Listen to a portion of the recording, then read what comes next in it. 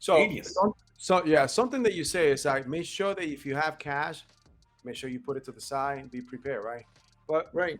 another thing that what we could do is in order to create cash. I mean, we all hear, and if you ever invested into real estate, you always hear OPM, older Right. people's money.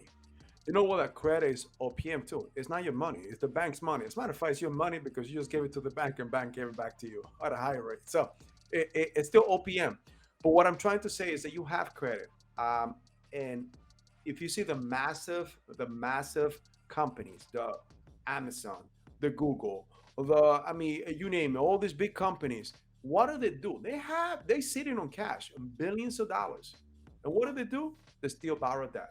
Why? Because with credit, with debt, you are able to not only now create more money for your business, but now take your cash and invest it for your company, for yourself, or whatever the case is. So what I'm trying Yes, to say is, no, it's true, Carlos, so because I know for a fact mhm, the two places that I live, yeah, there's a lot of wealthy men and women, and they never use their own money.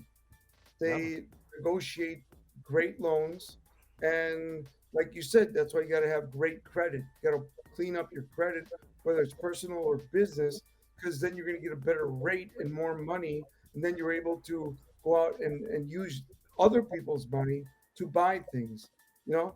And the more like I know a lot of people that have businesses, and they'll hold on to their cash as much as possible because they want to have that as a reserve for things to build. Awesome, awesome, awesome.